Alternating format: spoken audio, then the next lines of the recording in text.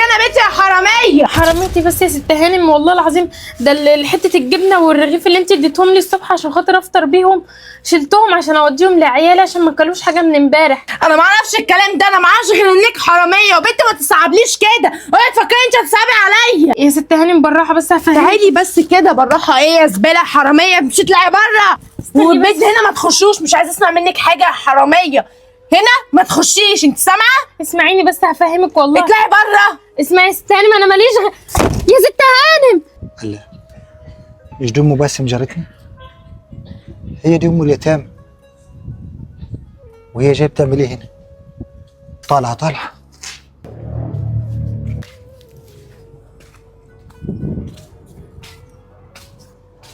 حول ولا قوه الا بالله. بقول لك انا لسه دلوقتي هنطلع دلوقتي هنركب العربيه ونمشي.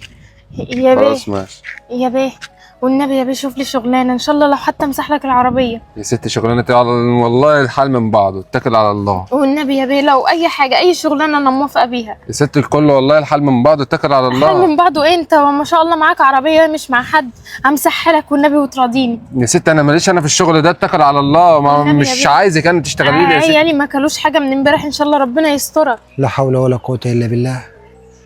والله العظيم انا فكرتها عمرها ما تحتاج حاجه فعلا، ويحسبهم الجاهل اغنياء من التعفف. لا حول ولا قوه الا بالله. يعني شغل المسكنه ده كل يوم انا فيه، بالله عليك مش عايز الشغل ده، اتكل على انا ما الله. بكدبش والله، انا بتكلم بجد. مش عايزك يا ست تشتغل، اتكل على يا الله. بيه شوف لي اي شغلانه بقول لك. مفيش شغل يا ست الكل، وانا فات نزعج ونعلي صوتي في الشارع. ما اتكل على الله يلا. انا مش عارف ايه شغل التسول ده يا رب.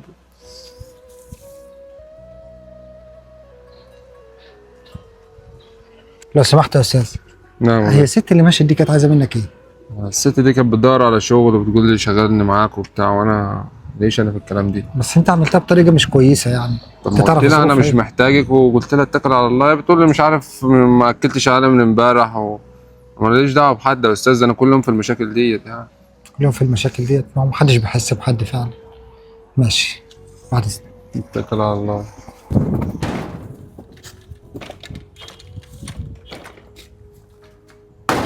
مين؟ حاضر.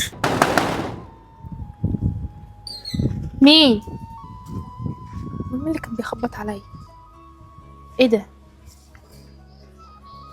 بتاعت مين دي؟ طب افتحها يمكن اشوف فيها ايه، بس يمكن بتاعت حد ولا حاجه.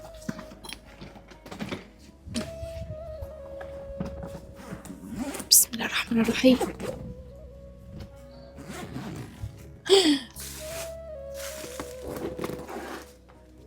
انت كريم يا رب. بس بتاعت مين دي؟ طب اسيبها واشوف هي بتاعت مين ولا اخدها؟ ده كرم من ربنا، اكيد ربنا بعتها لي عشان عارف ان انا عيالي قاعدين من غير اكل بقالهم يومين. يا انت كريم يا رب. ايه كل الحاجات دي؟ الحمد لله. اخش اعمل اكل للعيال.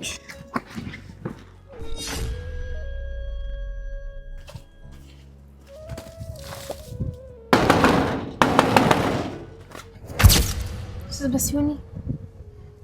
ازيك يا مدام بسملة؟ الحمد لله. هو انت اللي بتعمل كده؟